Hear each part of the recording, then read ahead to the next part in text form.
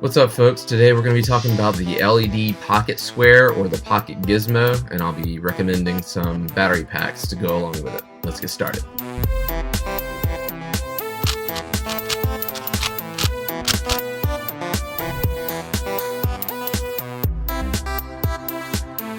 Alright, so it's been a while since I've done a video. We've got a new movie coming out, which is exciting. I'm getting over pneumonia right now, so bear with me. I'm going to probably do some coughing and things. But we'll see if we can get through this video. So everyone saw the trailer and the red jacket. This is the Raglan jacket. I know a lot of people have ordered this one. And there's also the New York jacket, which I wasn't really aware of until some people contacted me. And then Magnoli has also come out with their jacket, which looks great. The Raglan, I have to say, well, these are all based off of the Wuxly. I mean, there's people out there that are going to buy that jacket for sure. I'm sure there's plenty that have already bought it, but it's an expensive jacket. And let's be honest, like, not many of us are going to wear that jacket most of the winter. We're only going to wear it when we're out with our Ghostbusters groups, or at least I wear this out sometimes, but I get compliments on it all the time. So there's going to be a lot of red jackets out there. But we're here to talk about what goes in the red jacket. So there's the clear window here on the Raglan. The Wuxly has it, and also the Magnoli has it as well. The New York jacket it's actually much more narrow than this pocket. I don't know if you've seen some comparisons. But I had already started producing the LED Pocket Square when someone contacted me about asking if this square would fit in his New York jacket. So he sent me some measurements, and I was surprised to find out that the New York jacket square, or a clear window, is much smaller than it's not half size, but it's quite a bit more narrow than this pocket. So this pocket square or LED square would not fit in that jacket. So I have another one that I'm producing. I've actually got the prototype sent off to someone for some measurements, make sure it's accurate in size to his jacket, and if that's the case, then we'll be good to go then. Let's see. So you've got 16 LEDs around here, just 5 on each side.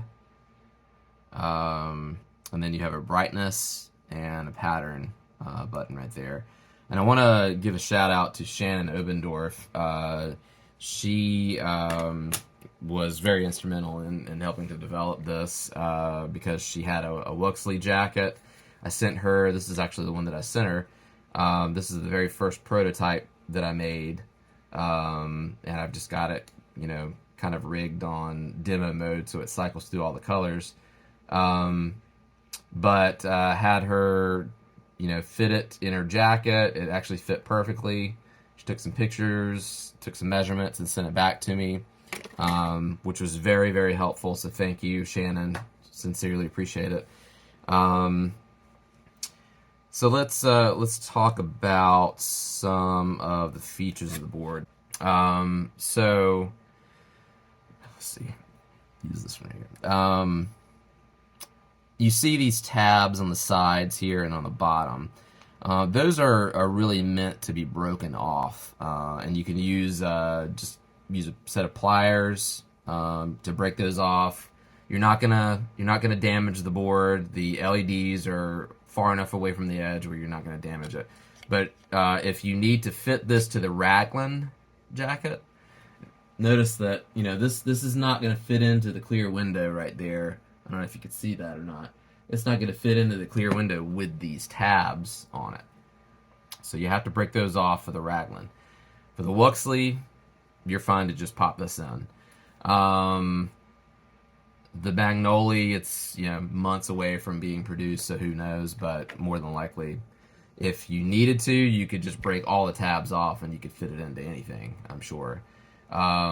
Additionally, though, you see we've got these holes here around the sides and on the top. There's not holes right there because that's actually where the microprocessor sits. But you could actually sew this on to really anything you want. You could sew it directly onto the jacket if you wanted to, which I know some people are planning on doing, both with this one and the New York size, because they've made their own jackets, or they don't really have a clear window. They just want to sew something right in place there. So I thought that would be helpful as well. So there's a lot of options, a lot of flexibility with this particular board. I really wanted to develop something that people could use with any jacket and have options to sew it on and do whatever they needed to do to mount it onto their jacket. Right. So one thing that Shannon mentioned was the demo board, which originally, all that did was just cycle through all of the patterns. One thing that she said was that it was blinding. It was just very, very bright. A couple other people that I showed it to, they said the same thing. Like, it was just unbearably bright. Which, I thought that was a good thing, but after I, actually walked around and looked in the mirror, it was insanely bright. So I took the brightness down quite a bit. But I thought, maybe it'll be useful to have a brightness button. So when you start the board up, it actually is pretty low brightness, but there's 5 levels. You can go up substantially high. Now, it's going to depend a little bit on what your battery pack can handle as far as amps. When you start getting up in the higher brightness, it's going to pull more amps. Some battery packs, you might start getting some flickering in there. But I'll show you some of the ones that I've been using, and I had no problems with any of the brightnesses or any of the patterns. So the brightness thing is fixed. I did kind of weed out some of the colors and the patterns, so locked it down to I think 12 of the patterns and colors. A lot of people have reached out to me and said they really, really liked those options. Various colors. Depending on what you're at, it could be a breast cancer awareness event. I've seen Ghostbusters do that kinds of events. You can all change the colors to pink if you wanted to do that. But it's also just a little bit of added fun. I thought it'd be kind of fun to have different colors. Not that that's something that's in the movie, but it's one of the things that I like doing is adding kind of more features on things. So, having said that, let's jump in to talk about battery packs. So initially, the battery packs that I tested were really just some that I had kind of laying around the house, and they all seemed to work more or less.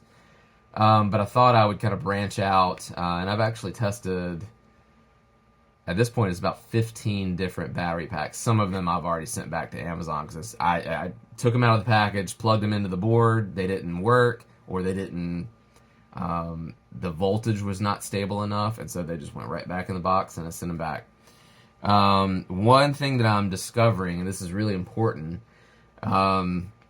these battery packs are really not meant to run a microprocessor or some kind of computer or anything. They're meant to kind of quick charge cell phones or some kind of a mobile device. They're not really meant, like a talent cell is something that you can run a microprocessor off of, or an Arduino, or that's what we have been using for to kind of upgrade and mod the HasLab packs. And that's what I've got in my HasLab. I don't really ever take that out or anything. My other Proton pack has an enormous talent cell in it. This is a really large talent cell. These are made for constant current, constant voltage. Most of these battery packs are not meant to do that. So when you're choosing your battery pack, just be mindful of that. The ones you have laying around in the house, they may work, they may not work. I'll show you some examples of some that work and some that don't work. Let's kind of jump into that. First, I'll show you just the talent cell. Now, this is just the regular 300 mAh talent cell. This is what I run in my HasLab. I think it fits perfectly in kind of one of the plastic chambers in there. And I also sell the USB connector cables for those. They come in the HasLab relay board that I sell. But these work really well. I'll plug one of these up and show you. This is the red USB cable that you get with my board, and it works. I mean, it really it looks like the exact same red for this jacket. It blends in really well. It was a really good find. First, we'll talk about the talent cell. So I'll go ahead and plug this up. I'm going to use the one of the prototype boards here. Turn that on, and you can see here works really well. Cycle through some of the colors here.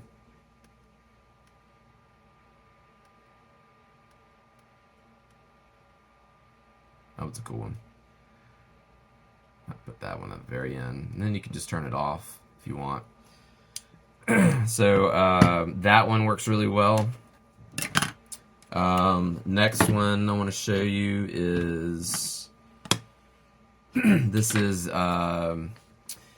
it's actually listed on, and all these are on Amazon, by the way, and on the link for this video I'll have the links to each one of these. They're also on the product page on my website for the LED board, or LED square, excuse me.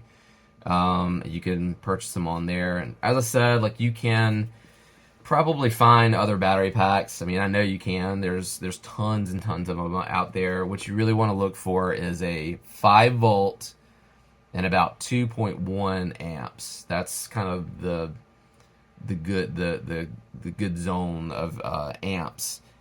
Too high, and usually the microprocessor on the back right there won't even start. What it actually does is it starts restarting over and over again, and it won't turn on the lights. That's going to be the case for a wide majority of microprocessors that size, so that's going to be an issue. So about 5 volts, 2.1 amps, that's what all of these are, actually. So it works out pretty well. So this one is actually listed as just a portable charger power bank, 10,000 milliamp hours on Amazon, and I'll show you this one. Let's see here.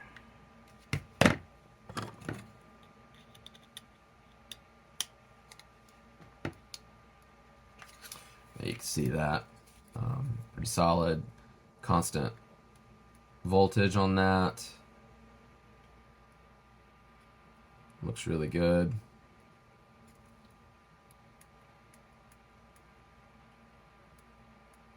You see the brightness is changing.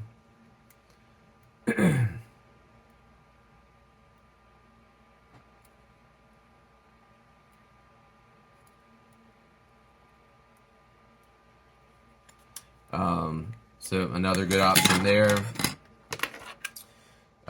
Then the last one that I wanted to kind of show, which I think has been my favorite one that I found. This is called the Mizu 6000 milliamp hour Ultra Slim. And the cool thing about this is that it actually has its own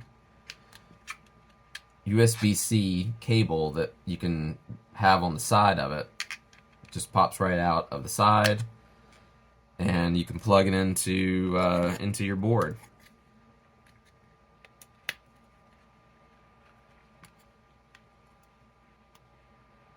just like that.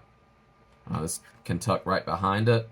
You can probably put this in the clear pocket because it's so thin. It's a very, very slim board.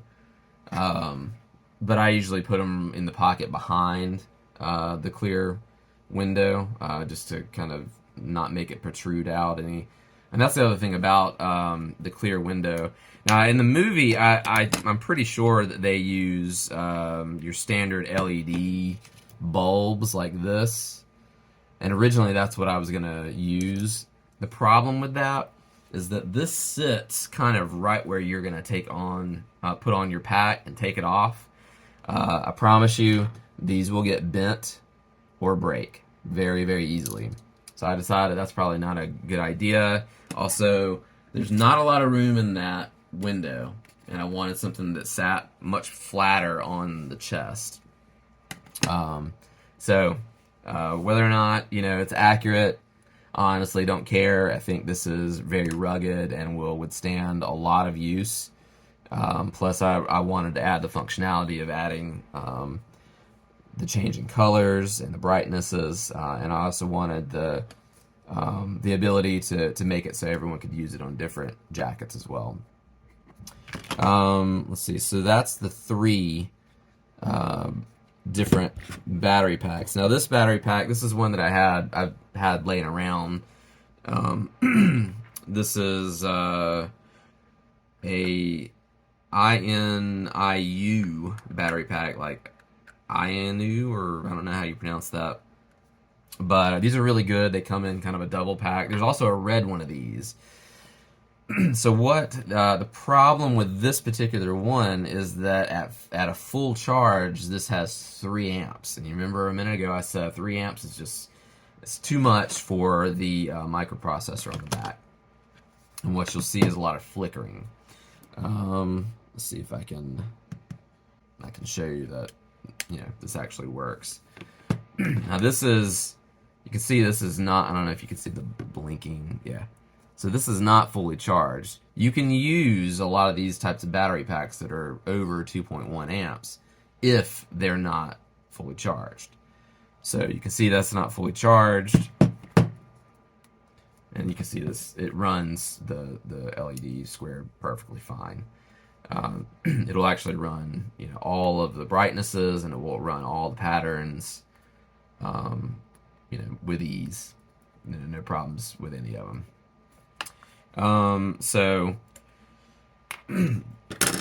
One thing that I did want to illustrate is how some battery packs actually don't work. Now, let's see here. This is a pretty small little power bank. You've probably seen these. These are actually really nice because they plug straight into the bottom of your phone. You can kind of continue to use your phone if you needed to. This is at 100%. 100% charge right there. The problem with that is that this is 3 amps at a full charge. And you can see that when I plug this in, now the light is on the microprocessor back here. There's a little green light that will come on. But you can see, like, this doesn't actually do anything. It's not running the lights, it's not turning them on. What's actually happened is the microprocessor is restarting over and over again because the amps are so high on that. You're not going to mess the board up or anything. It just won't. It's not going to run. Those are my recommendations for power banks. Good luck finding the perfect one. Honestly, this little Mizu power bank, I ran the LED square for 24 hours on this thing, and I could not believe. I started at about 6 p.m. one night before dinner. Had it going all night, put my kids to bed, went to check on it. It was nowhere close to empty. So I let it sit, got up the next morning, got my kids ready for school, and they ended up not going to school because of the snow. And then let it sit around, kept checking on it all day, and it ran for 24 hours. It would have gone for more than that if I had not unplugged it. So this is a really, really solid option. I think it's like, this may have been like $24 up to maybe $30 or something. Most of the ones that I tried were all pretty low price, from $15 up to about $25. I try to stay in that range. So there's some really good options for power banks out there that are going to get you through any event, even multiple events where you don't have to constantly recharge it. And I don't think anyone's going to be running it for 24 hours, but it's nice to know that it will run that long. Let's see. So as I mentioned, these tabs, you'll break those off to fit in various jackets. The Wuxly, you can just pop that in. The Raglan, you're going to take the side tabs off. I'll pop that in to this one so you can actually see.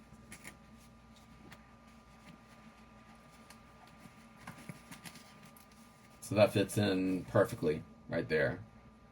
I actually moved the LEDs in a little bit on this board so that you could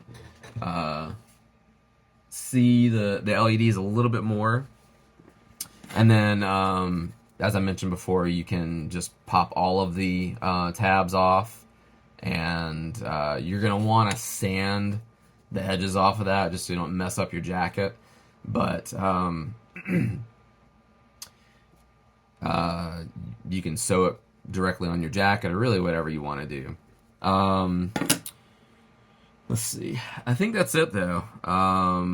For the Raglan jacket, you could probably get away with taking that bottom tab off, but I'm going to leave that on mine, just in case I ever want to lower it. I could, but it actually fits pretty nice on there. The final version of this is not green. This is just a prototype board. This is the final version. It comes in red. The initial prototype was purple, just because why not? And then I did the green just because that's cheaper. The red is a little bit more expensive. So that's the final version. But I think that's it. That's everything I wanted to cover. Anyone have any questions at all, let me know. I posted a message earlier that shipping has not worked out this week. I've been snowed in the entire week. My kids have been out of school the entire week. Mail can't get in or out right now. I think that will probably be fixed tomorrow because it's supposed to warm up just a little bit in the afternoon.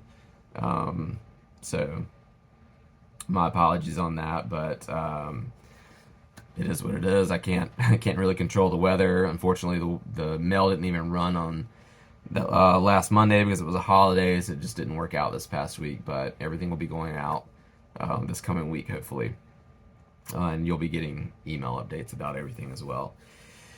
So again, anyone have any questions, feel free to message me on Facebook, send me an email, and look forward to seeing how you like your LED squares when you get them. Thanks, everybody.